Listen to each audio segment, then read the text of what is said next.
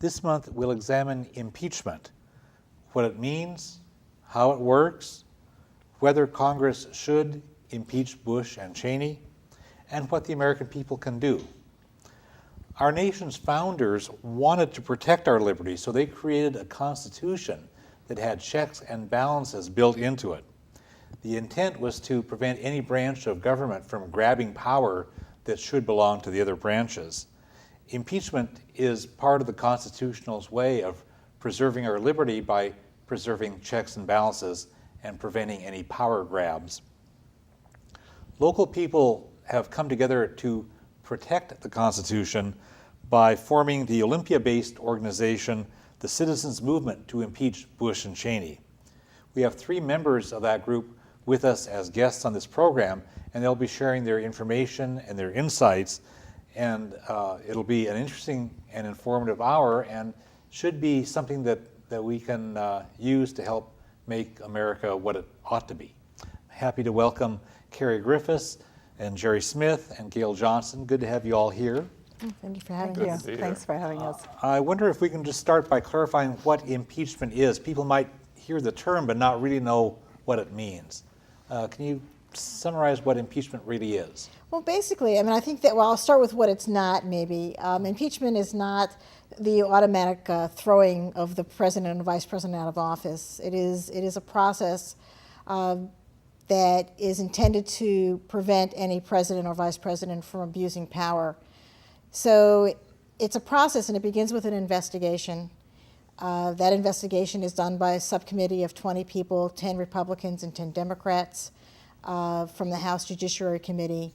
They look at the evidence and decide whether or not there's enough to go to the House to be considered for an impeachable offense. Okay. So the House basically is going to act like a grand jury, and if they decide that there are sufficient grounds for impeachment, it then goes to the Senate.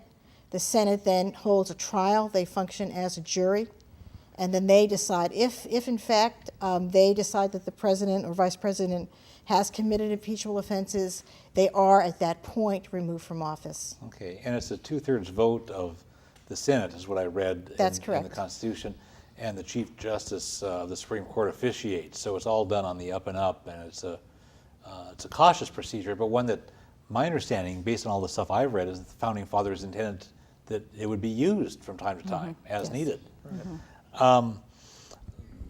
So the way you've described this, and my understanding of what the group is trying to do, it's not a partisan matter, and it's not a vindictive revenge Bush-hating thing.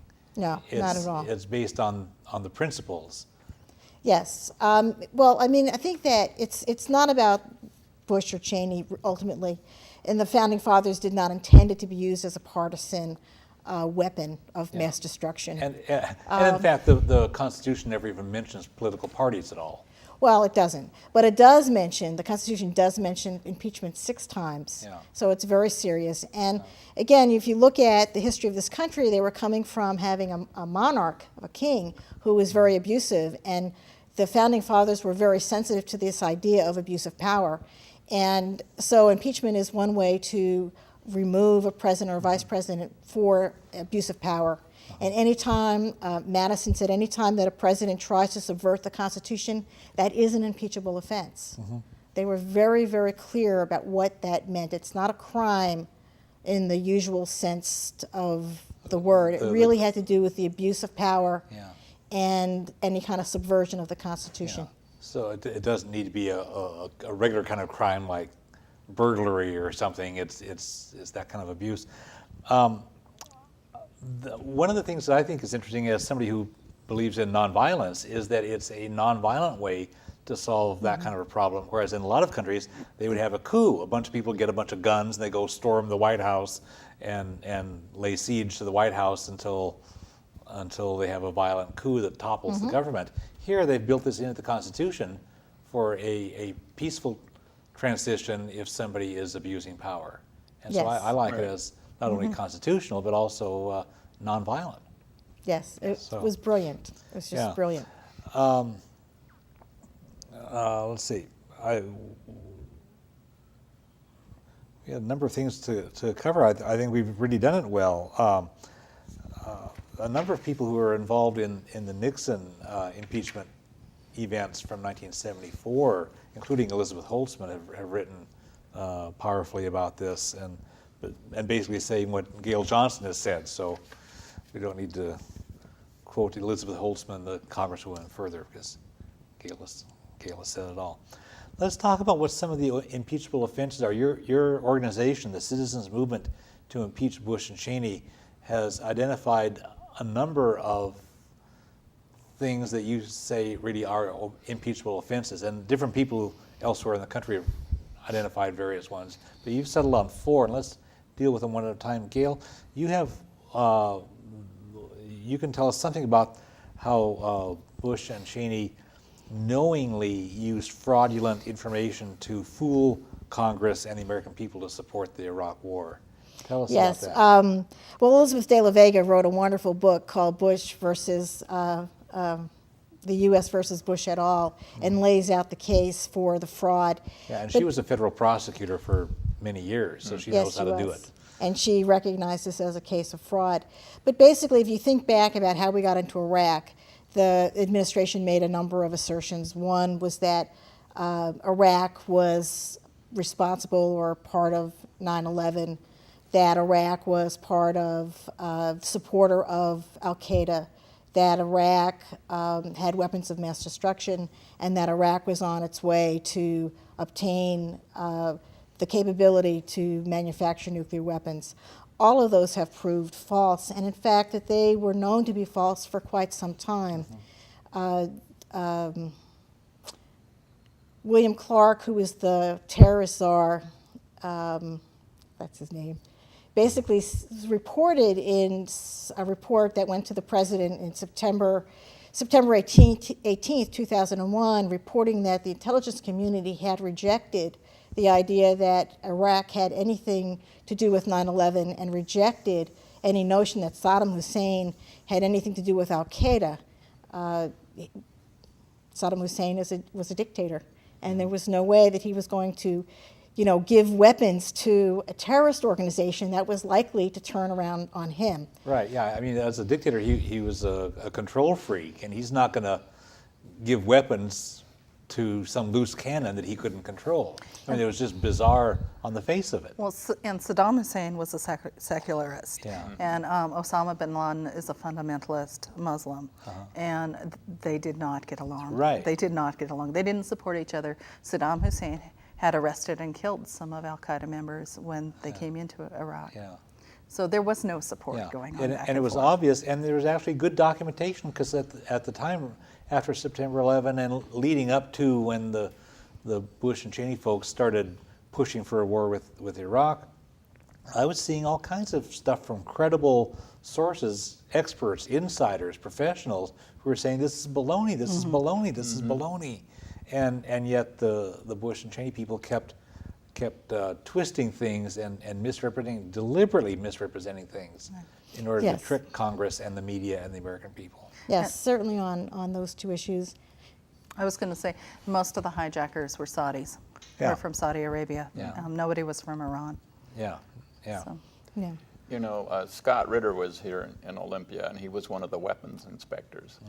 And he gave a very powerful presentation about how there were no weapons of mass destruction to be found. Saddam Hussein was cooperating Yeah. with the inspections, and yet that was just the opposite of what we heard from the administration. Well, and then they kind of bullied the British government into going along with this, and there's that famous memo that leaked from the British Foreign Office and the Prime Minister's office, which is located on Downing Street, and it's Right. referred to as the Downing Street memo. Right. And it says that the intelligence and facts were being fixed around the policy. So the Bush people had their minds made up as to what the policy was going to be, and then the British government even admitted in this memo that it was all being phonied up to support their predetermined conclusion. Part of that memo also talked about the options the United States was considering for invading Iraq, how they would do it, like shock and awe or gradual increase. Yeah, well, and those plans were laid out with the Project for a New American Century, this right-wing entity that included most of the people who ended up in the top levels of the Bush administration anyway, and they issued that report in September of 2000, which was a year before 9/11, and it was actually before the November 2000 election, and they were calling for overthrowing the Iraq government because of all the oil. And then Alan Greenspan, former head of the Federal Reserve Bank, came out with a book just lately in September here, saying that it was really about oil. Mm-hmm. So I mean, it's very clear. Yes. So this is not just a matter of the opinion of you three folks that this was bad, but it also broke some laws.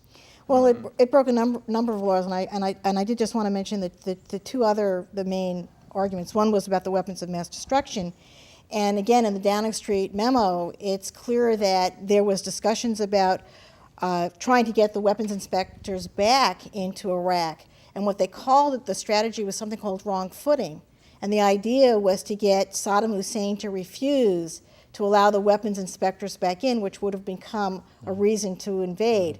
And Saddam Hussein agreed, which they were stunned by. And so the weapons inspectors were only in for about 4 or 5 months and had not found anything, despite Rumsfeld saying, I know exactly where they are. Yeah. They're in Tikrit. And no one knew where they were, and there was no weapons of mass destruction. And the other component... And Bush actually forced them to get out, the weapons inspectors to get out, so he could have the war. So he could bomb them, Right. yeah. So, I mean, that's... Yeah, and then the other part was the idea of the reconstructed nuclear weapons. You know, the yellow cake from Niger was rejected in February of 2002. They all knew it. It was the CIA knew it. The International Atomic Energy Commission knew it. The CIA knew it. It was a false thing, but it showed up in the State of the Union address. Yeah, even though in it had already been 2003. debunked. It had already been debunked. Yeah. And yet Bush used it very effectively, and it wasn't until sometime later where you get Condoleezza Rice saying, oh, we made a mistake. Oh, we forgot that George Tenet told us that wasn't true. Yeah. But it already had created this idea that this was an imminent threat. At the bottom of the yellow card, you have the citations of actual laws that they violated. I mean, because people might say, well, we're just complaining about the policy, but they actually broke federal laws. Well, you know, it's interesting because it's a fraud. You know, there's a law against committing a fraud against the United States, and that's 18 U.S. Code 371. And then it's also against the law to make false statements to Congress. It's actually a law, 18 U.S. Code 1001. And it violated the War Powers Resolution. So there is no question that there was fraud committed, and the evidence on that particular impeachable offense is overwhelming. Yeah. Kerri, you're active in working for human rights and through Amnesty International and other ways. One of the impeachable offenses that the local citizens movement to impeach Bush and Cheney has lifted up is what we've done to people that we've kidnapped and sent off to Guantanamo and other places and tortured and stuff. Tell us about that. Well, torture is illegal under United States law. It's illegal under international law. And the laws, it's actually illegal under the Geneva Convention and the Hague Convention and the UN Torture Convention against torture. It's illegal. And in the United States, if you obtain information through torture, you cannot bring that information to trial. Right. So if we wanted to bring the defendants in Guantanamo to trial and we have tortured them, we can't use that evidence against them. And people who have left Guantanamo say that their treatment has been classified as torture. One of the other things that we're doing is called extraordinary rendition. And we've taken, and it's estimated about 100 people from around the world, kidnapped them from a country, flown them to a third world country where they do torture, like Syria. And they've been tortured there. Some of these people have been completely innocent. There was a Canadian citizen, Maharar, who was taken. He was traveling through the United States on vacation with his family, and he was taken at the airport and flown to Syria, where he was tortured. There was a German citizen who was taken also. and they were completely innocent. Yeah, and in fact, when you mentioned that you can't use that, any evidence that was obtained under torture in a criminal trial, the United States really has not been successful, the United States government has not been successful in getting criminal convictions, partly for that reason, and partly because they're just arresting people and kidnapping them and things without any real grounds. Without any real grounds, without Yeah. habeas corpus, without any real grounds. Can you tell us what the habeas corpus thing is about, or?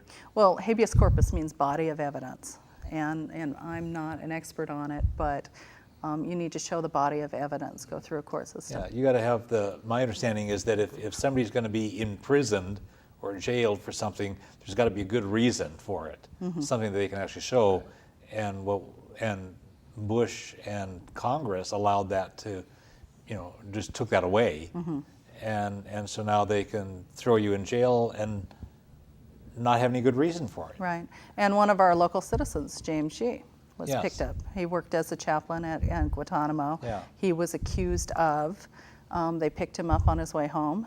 He was held in prison for what, 6 months? Some long period of time. Some long period of And time. was completely innocent. He was completely innocent. They threatened him with the death penalty.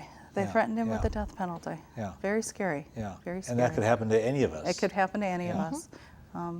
As I recall, he was held in solitary confinement for Yeah. quite some period Yeah. of time, Yeah, Right. which was pretty horrible sounding. yeah. In September, a citizen in Oregon who was arrested on false charges has won a lawsuit against the government. Okay. So it could happen to anybody. Yeah.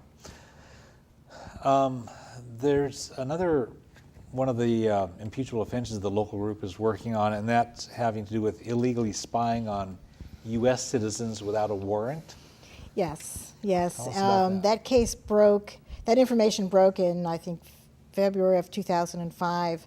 New York Times reported that the president had been engaging in an ongoing spy operation without a warrant.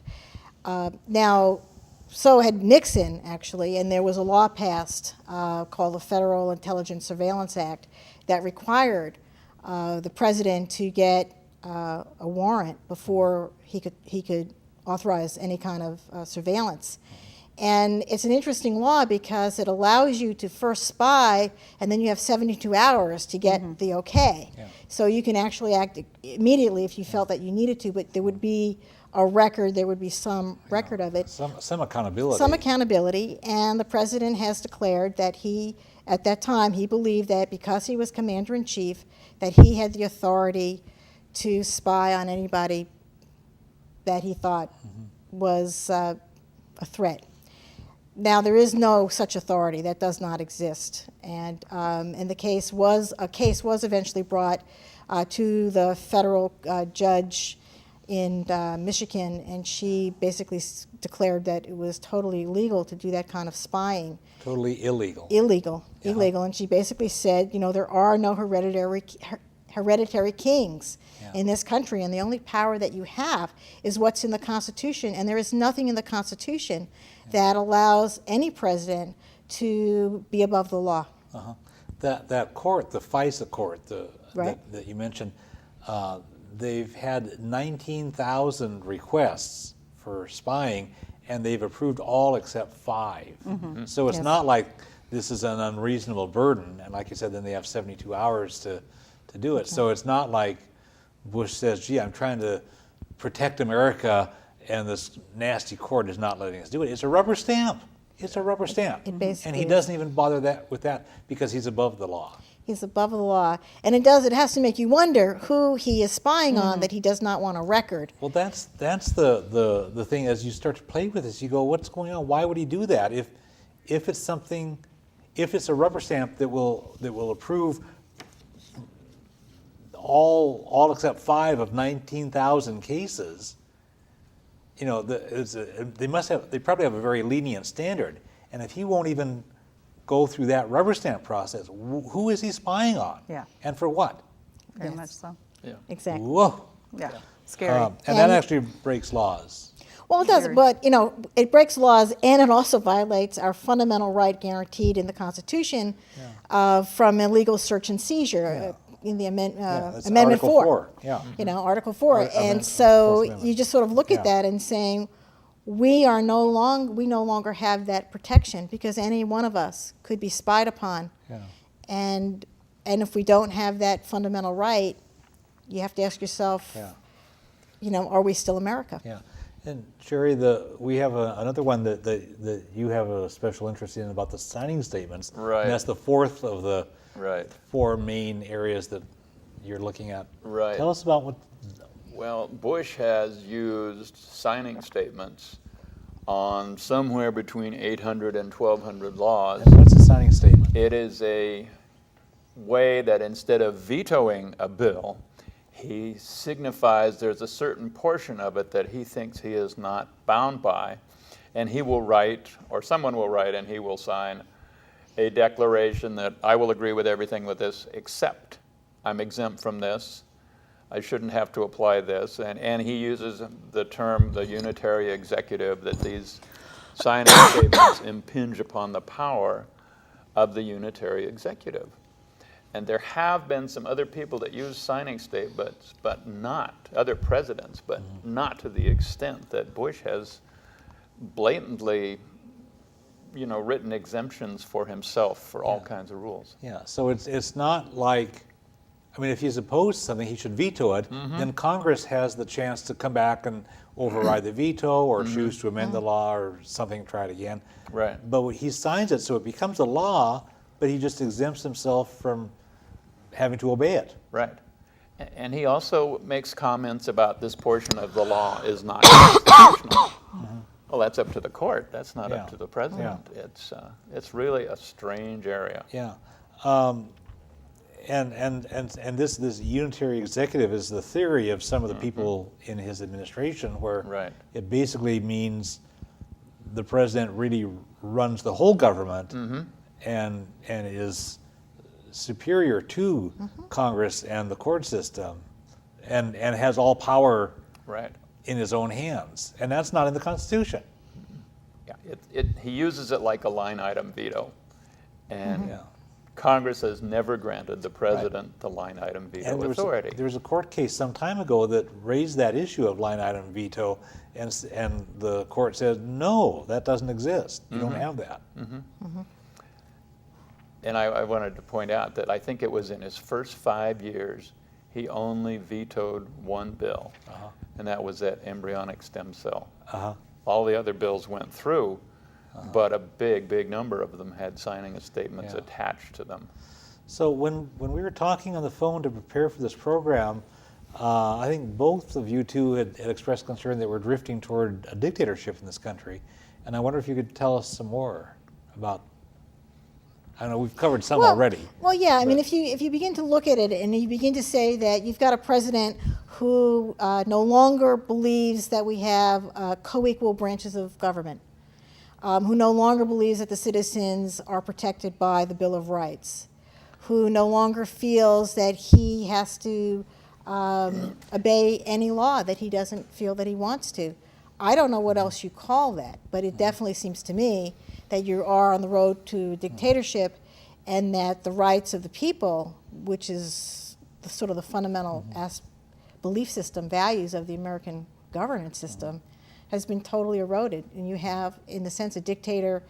Some might say you begin to look at that we have the beginnings of fascism. You know, he took an oath to uphold the Constitution. And from all the information we can find, these are all violations of the Constitution. Therefore, he's violated his oath that he swore as a president. When we were talking on the phone to prepare for the show, you were talking about how they have to weasel around everything, and it's like not done in an honest way. Right. And I said it's like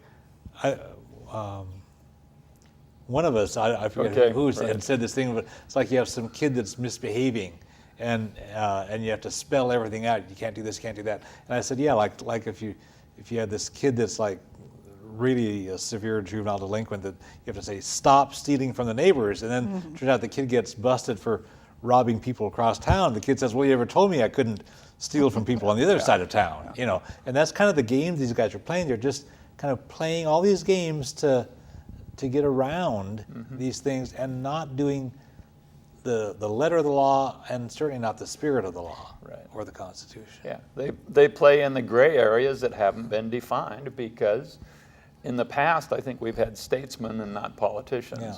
But even in areas that have been defined, they're violating. Yeah, laws. they find little wiggle room, so that's pretty incredible. Sometimes it's not wiggle room. Sometimes it's just blatant, outright disregard of the law and the fundamentals of the Constitution. And, you know, I assume that it's intentional. There is no question that Dick Cheney has long believed in the idea of a unitary executive, of the power of a single top. Yeah. And this is his chance, and they are very much on the way of creating it.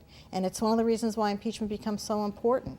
Because if we don't reject the idea of a unitary executive, if we don't reject the idea that a president can decide which laws he will obey and which laws he won't, if we don't reject that, we are on the way to losing America. We are on the way to fascism. And we are losing the Constitution, and impeachment is the only remedy that is available to restore the Constitution. Absolutely. Go ahead. I was going to say that Bruce Fein, a constitutional scholar who has studied this issue, and he actually wrote the first articles of impeachment against Bill Clinton, is supporting impeaching President Bush. Yeah, and Bruce Fein was in the Reagan administration. He was in the Reagan administration. And he's a conservative, and he spoke on Bill Moyer's show. And he talked about Bush and Cheney have taken on to themselves powers that were never meant to be part of the presidency. And they've kind of packaged them in a box. And these powers will be handed off to the next president if we don't stop them, if we don't impeach and stop them, you know, call them into check. And do we really want these powers to be passed on to Hillary Clinton, Rudy Giuliani, whoever, you know. So it's really, really important to impeach and stop that right now. Okay, now you said that this Bruce Fein had worked in the Reagan administration and drew up the articles of impeachment against Clinton. Can we distinguish that Clinton impeachment effort from the impeachment we're talking about for Bush and Cheney? I mean, what differences would you see? With Bush and Cheney, we're talking about constitutionally defined acts that the administration has carried on. And the Cheney or the Clinton was for a minor, well, I shouldn't say. It was for lying. It was for having lying an affair. and having a sexual affair outside of his marriage. Yeah, not a constitutional matter. Not a constitutional matter. And not this onslaught of Well, over and over and over constitutional matters and major. nobody got murdered, nobody got killed. You know, just. Yeah. Can we look at the Nixon case from '74? Before Nixon resigned in August of '74, the impeachment process was well along, and the House had been doing impeachment hearings, and Nixon could see the handwriting on the wall and figured he'd better bail out before he got kicked out. Right. Nixon won a landslide election in 1972, and in the summer of 1974, the House Judiciary Committee formed a select committee, 10 Republicans, 10 Democrats, to begin looking at the charges and allegations. And as it turned out, everybody on that committee, all 10 Republicans, were going to vote for articles of impeachment to go to the House. Nixon, and I believe people went to Nixon to say, you know, this is not going to be good for the Republican Party. And he did resign from office. He was not formally impeached. It never went to the House. They never voted. It was done in the 3 months that the House, it was the House Select Committee. The Judiciary Committee, or that committee within the House. Yes. Did. But it was really clear, and when that news came out and people watched this, you know, people would watch that on TV and read up on the latest in the papers and stuff. People followed it, and a lot of folks who weren't sure flipped over and said, yeah, what this guy's doing is just horrendous. We have to get rid of him. It was clearly, on the one hand, and people are now, well, I shouldn't say people, Karl Rove and various Republicans are trying to reconstruct what happened back in 1974 and say, oh my God, it was this really divisive experience.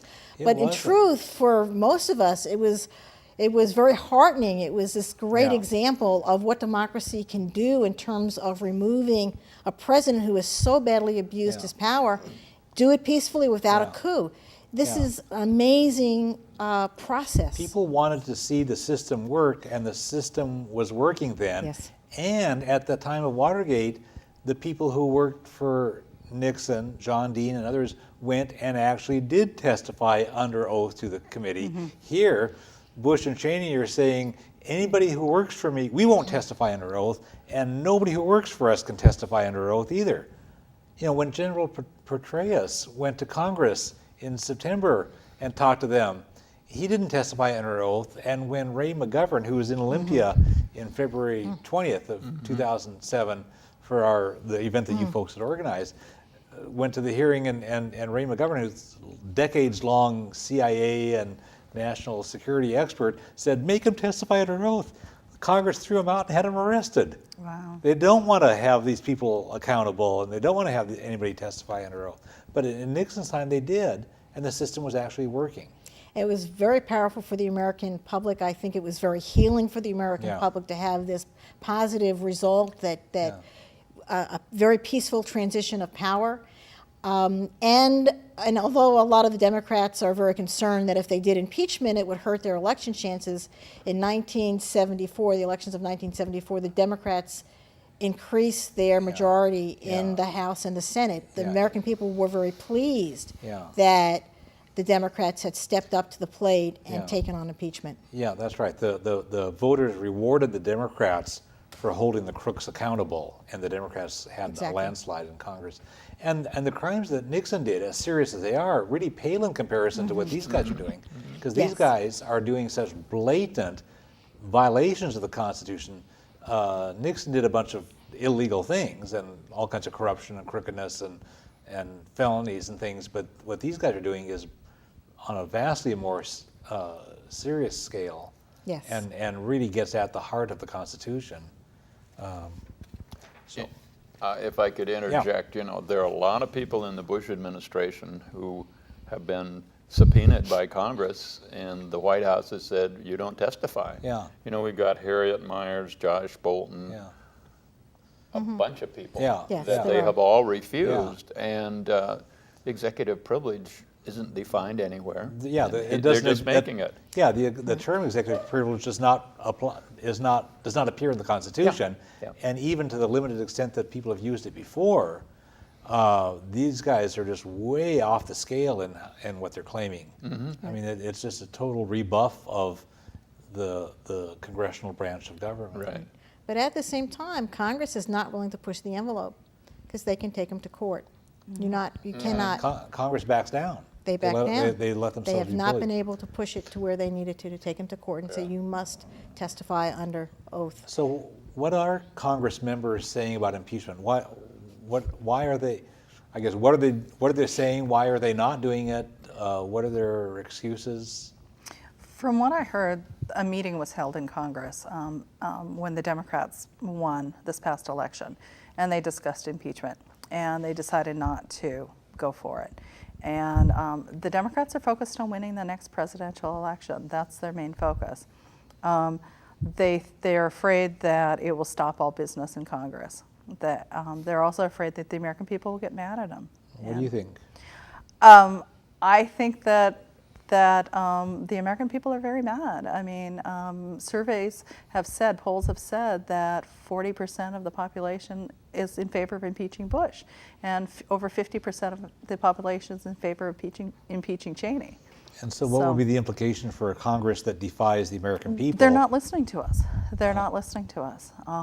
President Bush came to Bellevue in September to do a fundraiser for Riker. There were over 1,000 people on the streets protesting, and most of the signs said impeach. They're not listening to us. I believe in the same window that there's a poll that shows Congress with a favorable rating of 11%. Which is lower Yeah, than Which is Cheney. lower than Even Bush lower and than Cheney. But they let themselves be intimidated by Cheney, and what it does is it backfires on Congress. Yeah. People hold them in contempt because they're not doing their job, not Right. upholding their own oaths of office. Yeah. So what about this notion that they say, well, yeah, all presidents lie? Isn't that what Adam That's what Smith, Adam Smith said Congressman to Adam us. Smith said, all presidents lie. All presidents, other presidents have lied. Yeah. Why should we hold this one accountable? And of course, the answer is, and again, Elizabeth Holtzman really basically said that. She was one of the Women- Congresswomen at the time of the Nixon impeachment. That's correct. And Nixon was using the very same argument. Others have lied to get us into war. And she was saying we need to draw a line in the sand and say, no, it's just not acceptable. We will never accept a president lying to take us into war. We will never accept a president who lies and basically undermines the Constitution. That is just not acceptable. So that's certainly one of the things, saying, no, that's not an acceptable argument. The other argument that Adam Smith said when we did go to meet with him, and he basically said that I was arguing that we needed to do impeachment. We were arguing we need to do impeachment because we need to restore the Constitution. And he's saying, he did a lot of hand Bush and Cheney will be repudiated in the 2008 election. And I'm looking at him thinking, what planet is he on? They're not running. Yeah. You cannot repudiate their actions in the 2008 election. It doesn't even connect. Yeah. And yet it is very clear to me that the Democrats honestly believe that having Bush and Cheney in the White House will help them in 2008, that their intention is to run against Bush and Cheney's record and think that they're going to replicate what happened in 2006.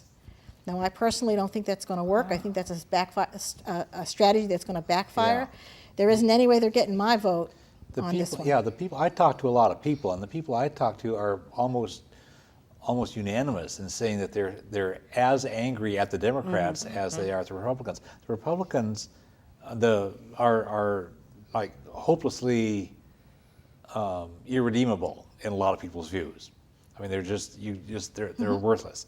But I know people who had confidence in the Democrats, voted them in November 2006, and now it's the hypocrisy of saying vote for us for a change and then not changing, that people hate hypocrisy even more than they hate downright evil. And I think the Democrats are going to get retaliated against in 2008 Yes. for that reason. There's another line that you had mentioned, and I've heard from several people who've been in touch with Adam Smith, where he says, well, it's futile because we don't have the votes to convict in the Senate. And I thought, come on, isn't Adam Smith a lawyer? Doesn't he know that you don't get the votes to convict in a criminal case until after you've gone to court and presented the evidence? I mean, what prosecuting attorney, when confronted with some crime that somebody has done, will say, I don't think I'm going to bring charges against this guy that committed these horrible crimes because I don't already have a jury that's voted to convict or ready to vote to convict. No, you bring the charges, you go to court, you present your evidence, you argue your case, and then you get the jury to convict. And for Adam Smith to say that he doesn't even want to initiate bringing charges because he can't be assured of having the Senate vote yes before they've seen the evidence is just it's just the most irresponsible neglect of duty and gross ignorance that I can imagine. I mean, he's got to know better than that. This is obviously somebody who doesn't want to do his job. I mean, that's how it seems. Yes. And they don't like it when you remind them that they've taken an oath of office to protect and defend the Constitution, and that this is their job, this is their main job. The other argument that they make is that it'll take too much time. And again, if you look to the Clinton administration, which felt like it took a million years, actually took 4 months, and most of that time was they weren't doing anything. And so And then when it went to the Senate, which it went to the Senate, and it took 21 days in the Senate, only 3 days of those were really debate. Yeah. So they were perfectly able to carry on other business, including running for election, because they started in October, but then they went on break to run for election. Yeah. And the Republicans did quite well, actually. Impeachment didn't hurt them Yeah, either. even bringing that bogus impeachment case didn't hurt them. No. And the Nixon experience in '74, I mean, there was all this preliminary news going up to it, but was once 3 they got months. underway, yeah, just a was few 3 months and months. that was it. So, you get all this stuff, oh, it's going to take years, it's going to cost millions of dollars, and it's not. The evidence is overwhelming. What were you saying? Conyers. Conyers. John Conyers, before he was the head of the Judiciary Committee, had conducted all kinds of investigations Right. trying to lead to impeachment. And then when the Democrats got their landslide and Nancy Pelosi says impeachment is off the table, then Conyers doesn't talk about it anymore. And I think someone said that his information on the website went away It went away. It disappeared. after Wow. he became chairman of the Judiciary Committee and Pelosi said no impeachment. Yeah. Have you had contact with Congressman Brian Baird, the other congressman that represents part of our county? We got in, probably in April or May here in town and talked with one of his staff members. And it was all very cordial and everything, but we have never been able to meet with him in person. And the town hall meeting he had here last week at Capitol High School. in late September. Yeah, right. Yeah. Was as close as we have come to seeing him. What was the public reaction at that event regarding impeachment? He didn't discuss impeachment, but there were a lot of impeachment signs being held up and references to impeachment. But he avoided ever addressing that. Yes. Obviously, I'm sure my email goes automatically into his spam box from me, but the responses are always, yes, and interesting. Both Baird and Adam Smith, they never deny that he's done these things. It's very interesting. They never deny that he's done these things, and terrible things. But impeachment is too drastic. Quote unquote, that's Baird. Too drastic in action. Yes, he's done bad things, and I really, wish he didn't do them, and they were really horrible, but it's too drastic, and it'll be divisive, it'll divide the country, it'll distract from our agenda, yada, yada, yada. I mean, they've got the whole list, but they are clearly not willing to sign on to impeachment. Now, Jim McDermott has signed on to the impeachment of Dick Cheney. Yeah, and I want to talk about that next, because some people, one of the other arguments I've heard against impeaching Bush is people say, oh no, you're going to get Cheney then. And so people need to know that there is H-Res 333, introduced by Congressman Dennis Kucinich from Ohio, that would impeach Cheney. And that has what, like 19 signatures. sponsors, Yeah. including Jim McDermott. But we need John Conyers to sign on to it. Yeah, the chair of the Judiciary Committee. Yes. Right, in the in House. order to get it brought So up. tell us something about H-Res 333. What else should we know about that, or the strategy, or? Well, the resolution itself it looks at two issues. One is the lying about to take us into Iraq, which is, there's videotape all over the place with Cheney lying. Yeah. And then the other is all the war talk about Iran. So that's where that is. Conyers has been reluctant to get the committee to actually move on it, and I would certainly urge everybody to be contacting John Conyers weekly and say, when are you gonna act on this? When are you gonna act on this? When are you gonna act on this? Because there needs to be, he needs to form the select committee, and they need to do the investigation. Right. And that's H.RES 333. That's correct. H-Res 333. Yeah, impeachment of Dick Cheney. So, in order to get these folks to move, it seems as though we need grassroots movement. It's got to come from the bottom up. We already have a grassroots movement. Okay. We have our organization here in Olympia, but there are organizations in Seattle and Bellevue and Vancouver and other places. I mean, this is happening as a groundswell. People are talking impeachment. Every time the Congress members are out there, people are talking impeachment.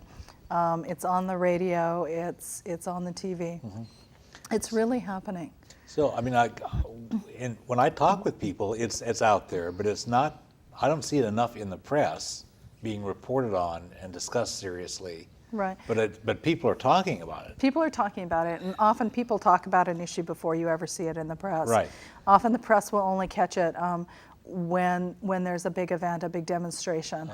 But already it's been a groundswell. People have discussed it and talked about it. As I said, 1,000 people were up in Bellevue when President Bush visited, and most of the signs said impeachment. And your committee has been gathering signatures on a petition. You've got, what, close to 4,000 Close to signatures, 4,000, yeah. mostly out of Thurston County Around area, Thurston County. primarily.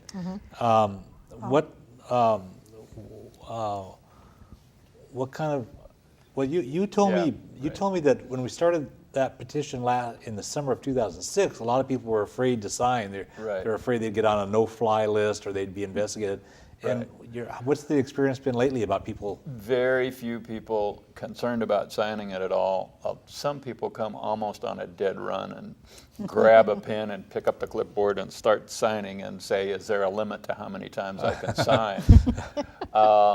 Also, I've had conversations with a number of Canadians who are quite appalled at what our government is doing. Just they're here on vacation or something, and they'd like to visit about it. So the public opinion, the public response has really picked up. Oh yeah. It has really picked up. I know your group was doing a lot of street corner demonstrating in the summertime at the corner of Black Lake Boulevard and Cooper Point Road southwest, that gigantic intersection.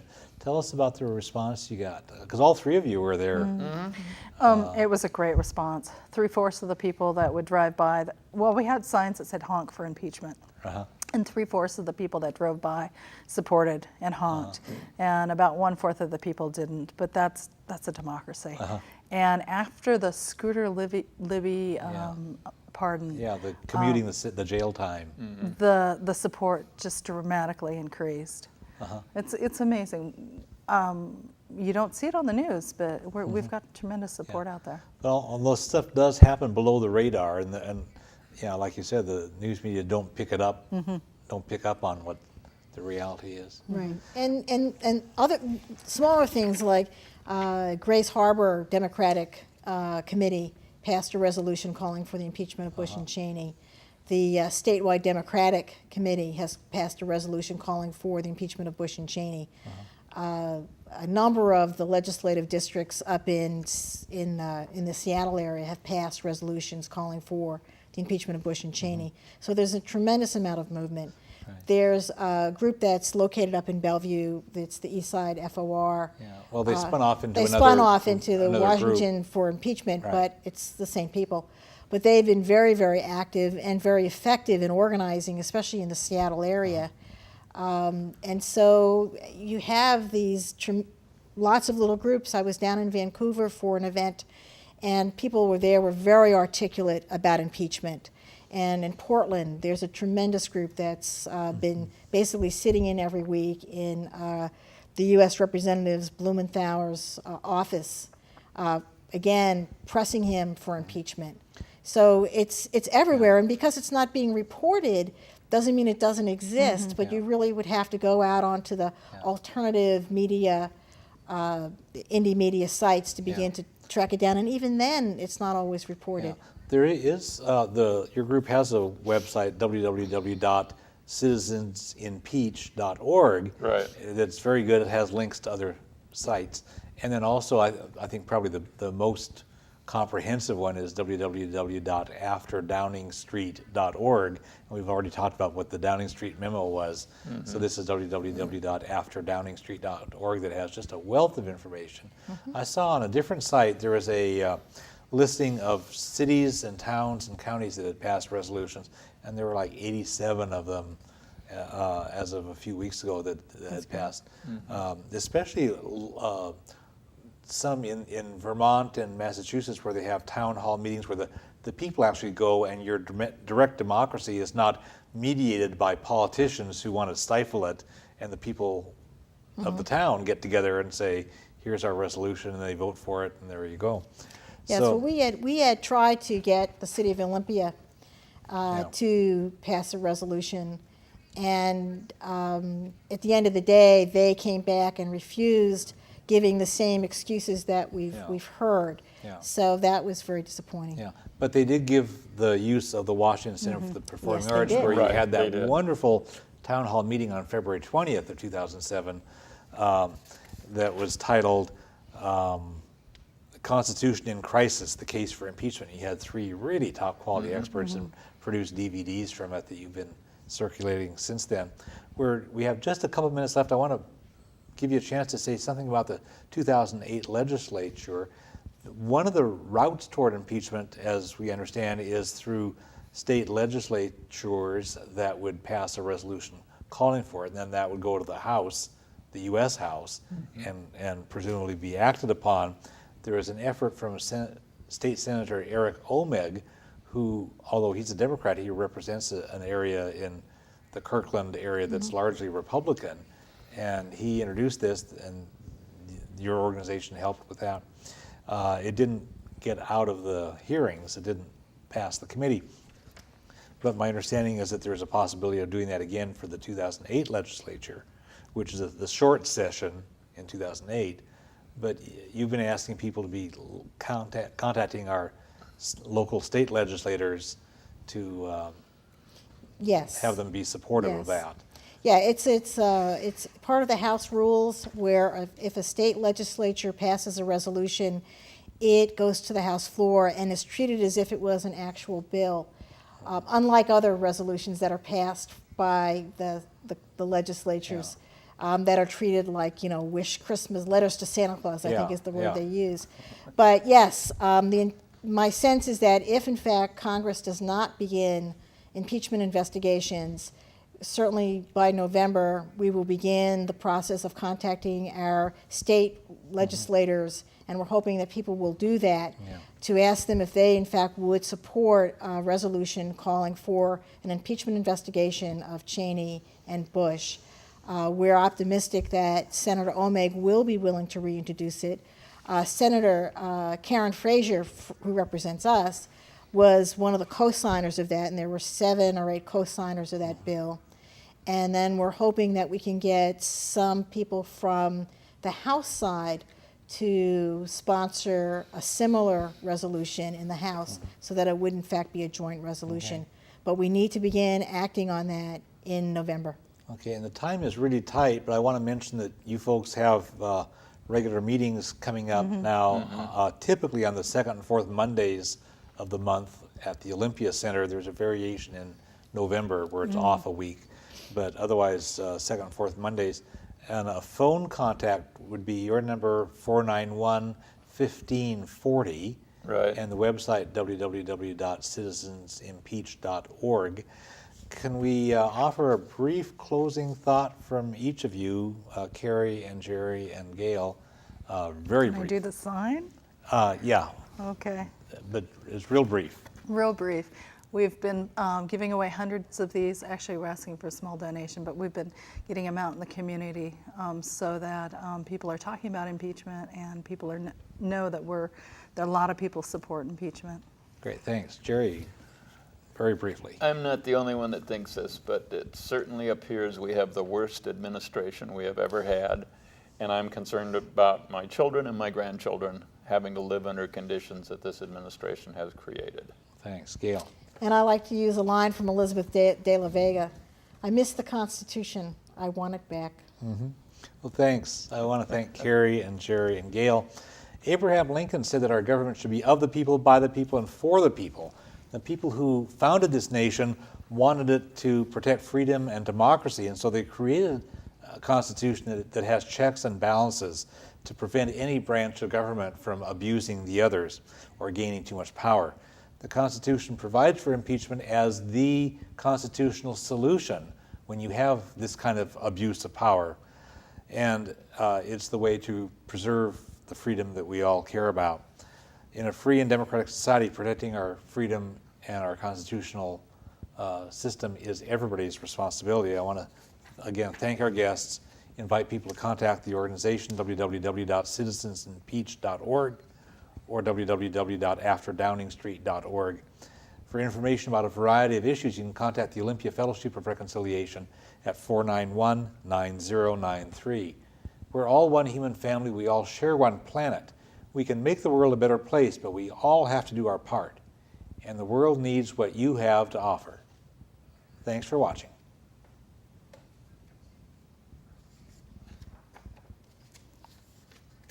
Thank you.